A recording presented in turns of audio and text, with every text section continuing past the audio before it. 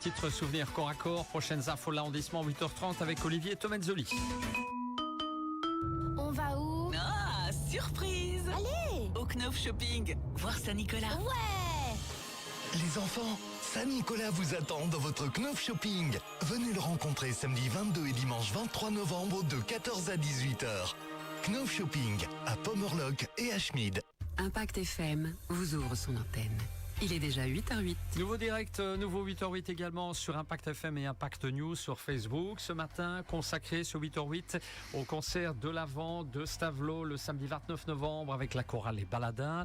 Et nous en parlons avec Dominique Leclerc, administrateur de la chorale. Bonjour Dominique. Bonjour Patrick. Re-bienvenue chez nous. Merci. Alors apparemment vous avez vu quelques flocons de Stavelot à Malmedy. Ah, quelques-uns, oui. Allez, on reste prudent en tout cas sur les routes, surtout localement.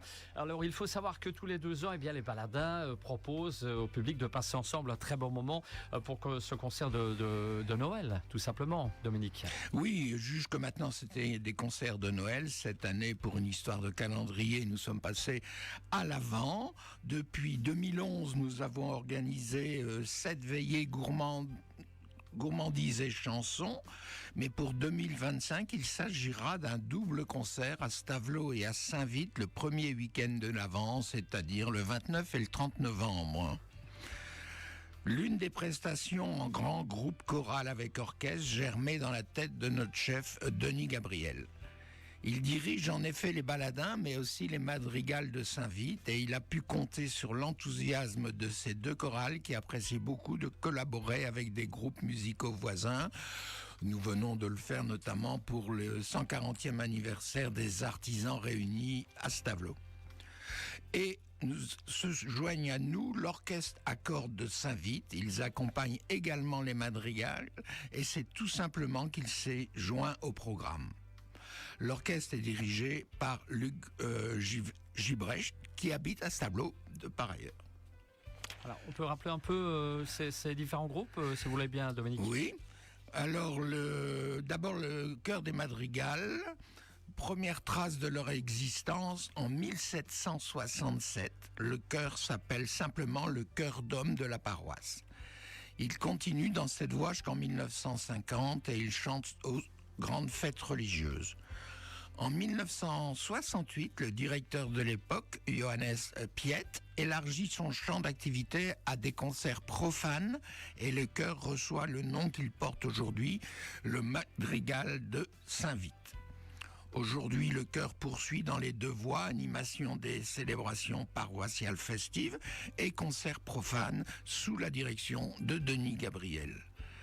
Il est fort réputé par son concert de l'Avent annuel, souvent accompagné par l'orchestre de cordes de Saint-Vite. L'orchestre à cordes de Saint-Vite porte ce nom de Saint-Vite, mais la plupart de ses membres proviennent de toute la région germanophone. Et de différents âges, nous avions des petits bouts de choux de 10-12 ans jusqu'à des personnes plus âgées et beaucoup plus aguerries. Créé en 2019, il est placé sous la direction de Luc Gisberg et il collabore notamment avec l'Académie de musique de la région germanophone. En ce qui concerne les Baladins, je crois que je vous l'ai souvent présenté. J'ai revenu quelques fois. Oui, voilà. Les Baladins. C'est quoi le programme exactement de ce concert de l'Avent, Dominique ? Alors, d'une part, nous allons le scinder en 3 parties. D'une part, des airs de Noël d'ici et d'ailleurs, français, allemand, anglais et italien. Les 2 chorales uniront leurs voix pour le répertoire traditionnel a cappella. L'orchestre à cordes présentera une partie purement orchestrale en 2e partie. Ce sont des petites parties de 15-20 minutes. Et enfin, les choristes et les cordistes exécuteront ensemble la misa brevis de Jacob de Haan, un compositeur contemporain des Pays-Bas. Il y aura un hommage musical également en l'honneur de Monsieur Johan Piet, organiste, compositeur et pédagogue à Saint-Vite, qui aurait fêté ses 100 ans cette année.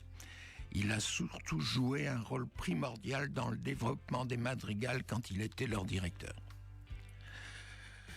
Jacob de Haan, le répertoire de Jacob de Haan comprend surtout des œuvres de musique pour orchestre d'harmonie. des compositions inspirées de la musique de film, des arrangements de musique classique.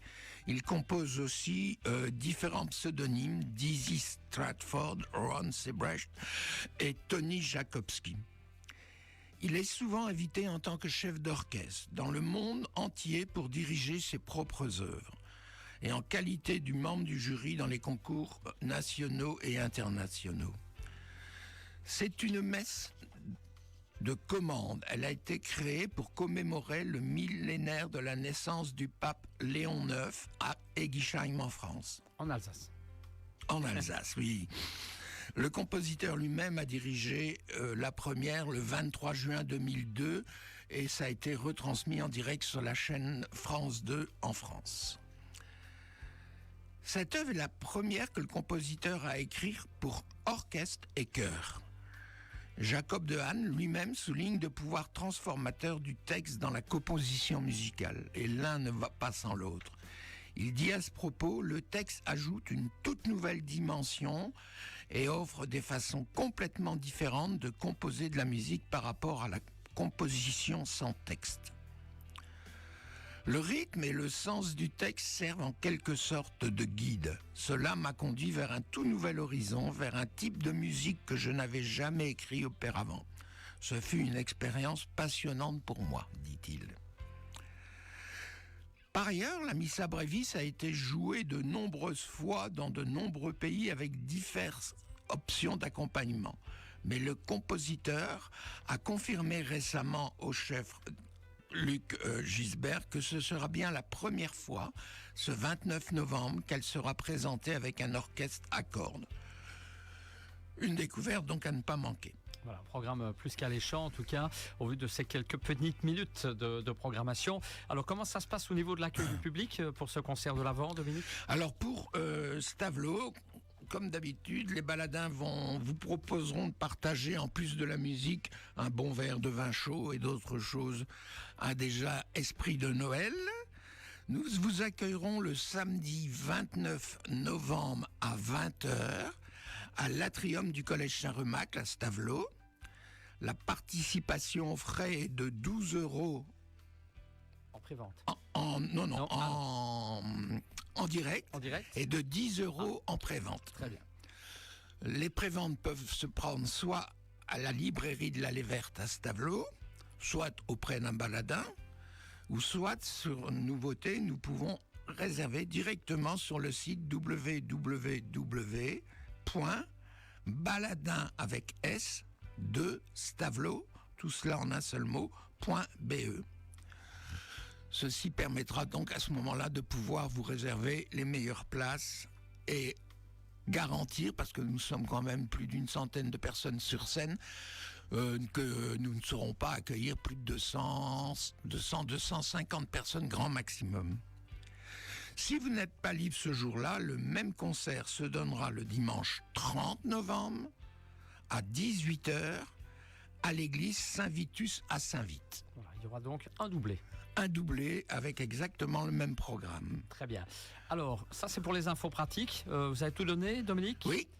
Au niveau de l'agenda des baladins pour l'année à venir, pour 2026. Oui, parce que je crois qu'après on va un peu de repos, on en aura besoin parce que ça aura été intense comme préparation. Un petit concert des plus sympathiques de l'année, mais qui n'est pas ouvert au public, mais je le cite quand même. Le 18 janvier, nous irons chanter Noël à la maison de repos de Stavelot l'après-midi. Nous repartons vers une représentation du Requiem de Jenkins, cette fois-ci plus loin, à l'église de Fléron, avec l'ensemble Ellipse comme accompagnement. Le 10 avril, à l'église de Louvnier, les baladins de Stavelot, les madrigals de Saint-Vite et la chorale Colohan de Lirneux, donc plus de 110 choristes, rechanteront la Missa Brevis de De Hahn, accompagnée cette fois-ci par un orgue. Très bien.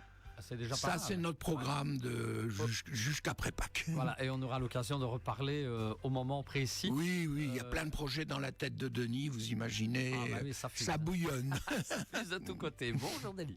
Allez, vous n'avez plus rien à rajouter? Non, merci, et venez nombreux, nous vous attendons avec impatience. Voilà bien. Un grand merci de nous avoir parlé de ce concert de l'Avent, Dominique. Un grand bonjour aux baladins et bonne fête de fin d'année tant qu'on y est, puisqu'on se retrouvera en 2026. On va marquer une pause et on revient dans un instant avant les infos avec un autre rendez-vous. Merci. Les très